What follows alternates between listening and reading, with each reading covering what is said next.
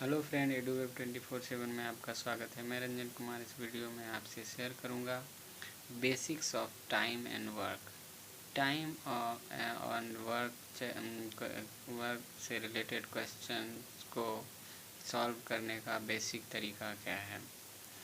Friend, मैं यहाँ पे दो मेथड आपसे शेयर करूँगा और उसमें हम डिफ्रेंशिएट करेंगे कौन सा मेथड ज़्यादा अच्छा है। तो हम सबसे पहले इसको जवानी लगाने का कोशिश करते हैं इस सवाल को।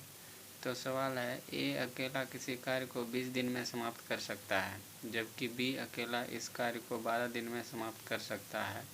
बी ने इस पर 9 दिन कार्य किया, शेष कार्य को ए अकेला कितने दिन में समाप्त कर सकेगा। तो इस मेथड में हम सबसे पहले डेज़ को देखते हैं। ये जो 20 डेज़ है और यहाँ पे 12 डेज़ है। तो इसका एलसीएम लेंगे तो कितना हो जाएगा, 20 40 20 दिया 60, 12 पंचा 60। तो यहाँ से एलसीएम 60 हो गया। तो यहाँ से हम निकालते हैं ए का एक दिन का काम 20 दिया 60 और 60 को 20 से डिवाइड करेंगे और यहाँ 12 है तो बी का एक दिन का काम हो जाएगा 12 पंचा 60। तो बी का एक दिन का काम 5 और ए का एक दिन का काम 3। अब कहता है बी ने इस पर 9 दिन काम किया। तो बी का एक दिन का काम कितना था, 5 और 9 दिन किया तो 9 पचा 45 काम। और शेष कार्य टोटल काम 60 था और 45 काम हो चुका है। तो शेष काम बचा कितना है, 60 माइनस 45 तो हो गया 15। और 15 को ए अकेला कितने दिन में करता है। ए एक दिन में कितना काम करता है, 3 काम। तो 15 काम को करने में कितना दिन लेगा, 5 दिया 15 तो 5 दिन। तो यहाँ से आंसर हम जवानी लगा सकते हैं बी, 5 दिन। अब हम इसको लिख के सॉल्व करते हैं और उसके बाद हम इसका अल्टरनेट मेथड भी देखते हैं। तो यहाँ पे होगा 20 और 12 का एलसीएम हो जाएगा। 20 और 12 का यहाँ सबसे पहले हम एलसीएम जब लेंगे तो यहाँ 2 टाइम्स 10 और 6, उसी तरह 2 से जाएगा तो यहाँ से हो जाएगा 5 दिया 15 गुना 30 गुना 2, 2 गुना 2 गुना 5 गुना 3, तो ये हो गया 60। तो यहाँ से हम सपोज कर लेते हैं टोटल काम 60 है। 60 इक्वल टू टोटल काम। और अब हम यहाँ ए का एक दिन का काम निकालते हैं। तो ए का एक दिन का काम बराबर हो जाएगा 60/20। तो ये हो जाएगा 3 काम। ये कैसे निकालते हैं इसको, अगर हम यूनिटी मेथड एक बार लर्न कर लें अच्छे से तो हमें यहाँ किसी इस तरह के क्वेश्चन को सॉल्व करने में बहुत ही आसानी हो जाती है। तो फ्रेंड, हम यहाँ पे देखते हैं यूनिटी मेथड कैसे यूज़ करते हैं। यहाँ पे मैं लिख सकता हूँ कि 60 मतलब पूरे काम 20 दिन में 60 काम करता है। तो यहाँ क्या है, ये अकेला किसी कार्य को 20 दिन में समाप्त करता है और टोटल कार्य हमने सपोज क्या किया है 60। तो यहाँ हम लिख सकते हैं 20 दिन में 60 काम करता है।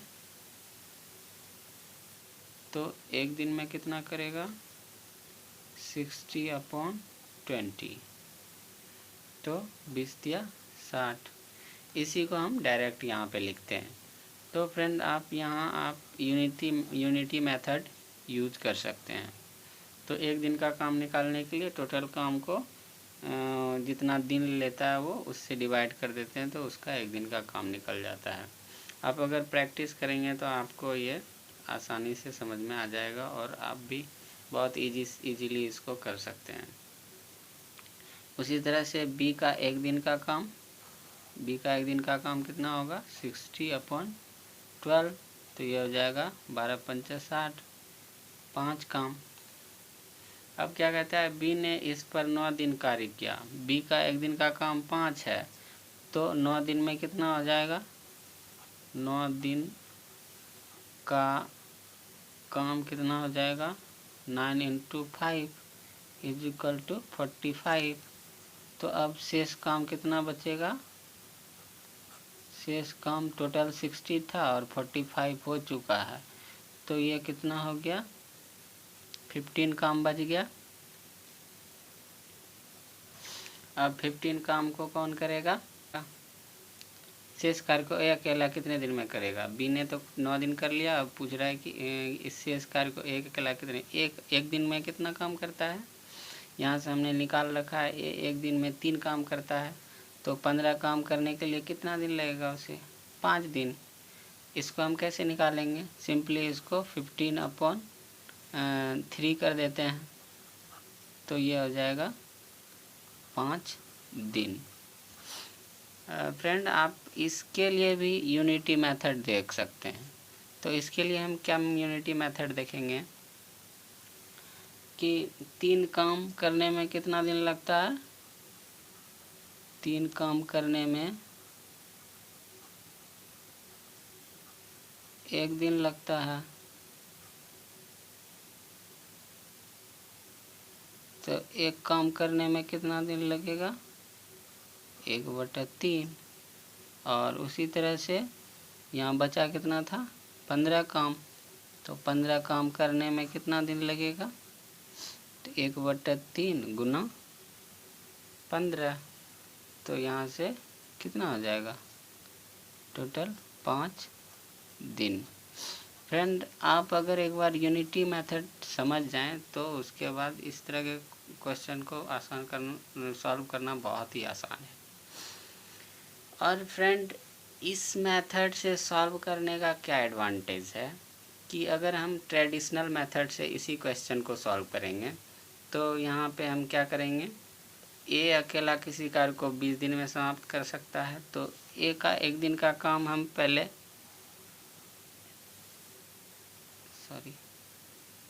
ए का एक दिन का काम निकालेंगे, तो ए का एक दिन का काम 1/20 लिखेंगे।